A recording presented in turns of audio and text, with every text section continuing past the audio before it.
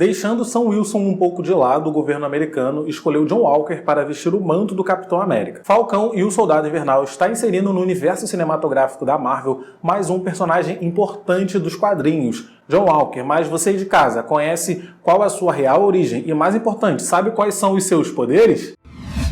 Fala galera, aqui é o Matheus Mendes, sejam muito bem-vindos a mais um vídeo do especial de Falcão e o Soldado Invernal aqui do canal. Ontem eu postei a minha review do episódio 2 e hoje eu estou postando esse vídeo aprofundando mais da história do John Walker. Vamos ter durante toda a temporada vídeos aprofundando a origem dos personagens da série. Todos os vídeos eu vou deixar linkado numa playlist, que eu vou deixar essa playlist na descrição e vou deixar linkado no card também. Então se você perdeu algum vídeo, clica lá e confere. Nessa série de vídeos, geralmente eu comento como é a origem do personagem no universo cinematográfico da Marvel, em paralelo com a sua versão dos quadrinhos, e falo também como que os poderes desse personagem já funcionaram nos quadrinhos, dissecando tudo que ele pode fazer, da forma que o poder já se manifestou, pra gente tentar prever de que forma isso pode aparecer na série. Partiu então. O primeiro episódio da série apresentou o John Walker como o novo Capitão América, mas foi o episódio 2 que deu camadas de profundidade à sua história. Durante seu ensino médio, ele conheceu Olivia e Lemar Hoskins. Olivia acabou se tornando a sua esposa, enquanto Lemar, o seu melhor amigo, foi com ele para o exército. Vimos que ele foi a primeira pessoa a ganhar 3 medalhas de honra.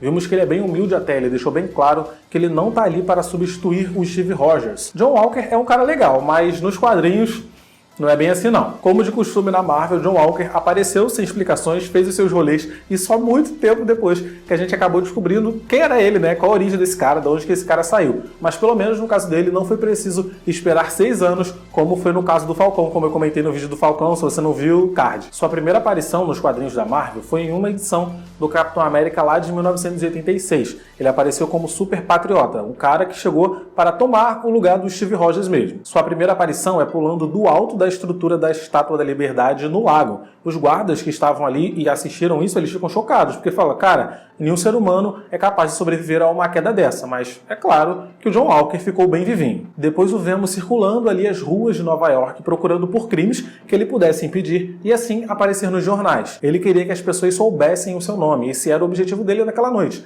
Ele queria fazer algo que o desse atenção, o desse mídia, e assim a população soubesse que tinha mais um outro herói protegendo eles ali. Só que ele liga mais para a própria fama do que com combater o crime mesmo, porque durante a sua ronda ele viu uma senhora sendo assaltada e ele falou, tá sendo assaltada? Isso acontece todo dia. Não é isso que vai me dar nenhuma manchete no jornal. Deixa essa senhora se virar. E foi embora. Depois ele aparece em uma coletiva de imprensa falando mal do Capitão América, que estava passando por uma crise grave nesse momento. Só para contextualizar vocês, o Capitão América, no caso, tinha ido em uma missão em outro país para combater alguns terroristas. Ele acabou matando terroristas a tiros. Só que ele estava fora da jurisdição americana e ele se tornou meio que um assassino para a população. Então tem toda uma política envolvida também. Já temos aí uma diferença dos quadrinhos para a série. Nos quadrinhos, enquanto John Walker queima o filme do Capitão América, na série ele reconhece a sua grandeza. John Walker então aproveita o seu momento de atenção para descer a lenha no Capitão América. Ele fala que o cara tá ultrapassado, fala que ele tá velho, fala que antes ele só lutava com os punhos quando ele tinha energia, mas agora que ele tá velho, ele tá precisando utilizar armas. Uma coisa curiosa é que lá no primeiro filme do Capitão América, o primeiro Vingador,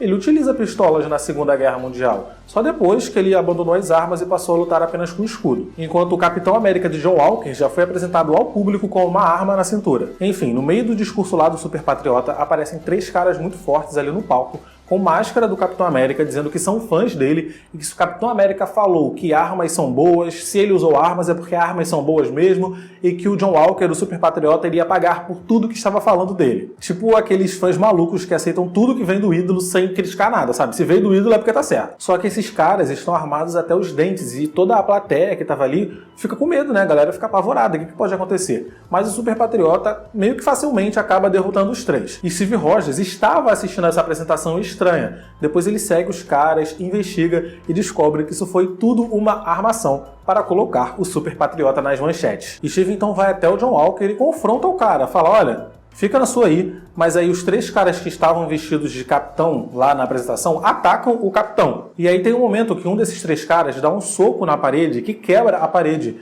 E o Capitão América fica surpreendido, ele fala, caramba, esse cara é forte, nem eu consigo dar um soco desse. No fim, o Steve acaba vencendo porque técnica supera a força bruta, mas isso é um fato importante. E Steve Rogers então investiga e descobre que John Walker passou por um procedimento que aumentou a sua força. Na série estamos vendo pessoas com a força aumentada também, olha a coincidência. O Capitão então conversa com outro cara que passou pela essa mesma experiência e esse cara confessa pra ele que ele teve a sua força aumentada em 10 vezes. Então sim, nos quadrinhos, John Walker é um aprimorado. E como vimos em Soldado Invernal e em Guerra Civil, havia planos para refazer o soro do super soldado, e isso tá voltando aqui nessa série. E o soro do super soldado que aumentou a força dos apátridas, aqueles carinhas de máscara lá. Esse último episódio falou do Mercador do Poder, uma referência a um personagem dos quadrinhos, um cientista maluco que vendia esse aprimoramento para as pessoas. Como era um procedimento muito perigoso e a maioria que passava por ele morria, acaba que só quem pagava a conta era quem sobrevivia. Olha que coisa doida, né? Como é que uma pessoa vai se dispor a isso? Mas tem doido pra tudo. Tanto John Walker quanto Lemar Hoskins viraram seres humanos aprimorados. Lembra que eu falei no meu vídeo da review do episódio 1 que o Joaquim Torres se transforma no novo Falcão dos quadrinhos? Então, Joaquim Torres vira uma espécie de híbrido do Asa Vermelha, que é o Falcão, do Falcão, e um humano. Quem fez essa experiência maluca com ele foi esse próprio Mercador do Poder. Esse mesmo cientista maluco que a série está falando. Então, isso pode significar conexões importantes para o futuro da série. Capitão América já estava no meio de uma crise política e outras começaram a surgir. Foi descoberto que ele estava devendo mais de $1 milhão em imposto, o que é um absurdo. Foi tudo uma armação do Caveira Vermelha, porque estava cobrando o imposto dele desde a época que ele estava congelado no gelo que ele tinha sido dado como morto. O governo americano então dá a ele duas alternativas. Ou você trabalha para o governo, e aí você vai ter que abandonar a sua autonomia, vai ter que abandonar os Vingadores, ou você devolve pra gente o manto do Capitão América. Porque tanto os direitos do uniforme, quanto do escudo, quanto do nome pertencem a nós, pertencem ao governo americano. E Steve Rogers decide nesse momento não ser mais o Capitão América.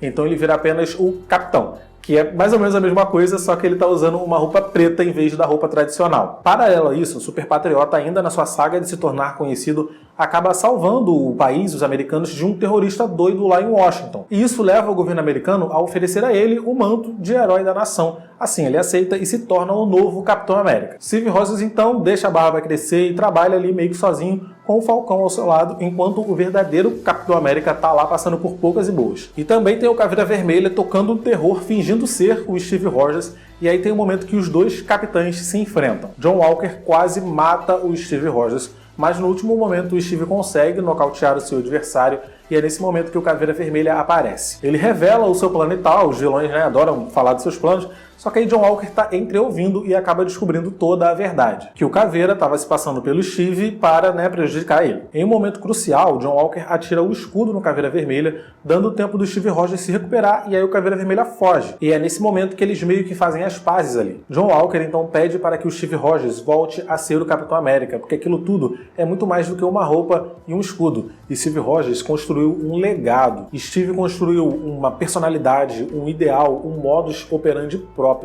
E é assim que Steve Rogers volta a ser quem ele nunca deveria ter deixado de ser, e o John Walker, que era o capitão, acaba se tornando no agente americano, usando uma roupa parecida com a que o Capitão América estava usando quando não era capitão, aquela roupa mais ou menos preta, e assim a paz é selada. Walker, inclusive, chega a entrar para os Vingadores, como que meio que um espião do governo, se certificando que tá tudo dentro das ordens por ali. John Walker nunca chegou a ser um super vilão, sabe?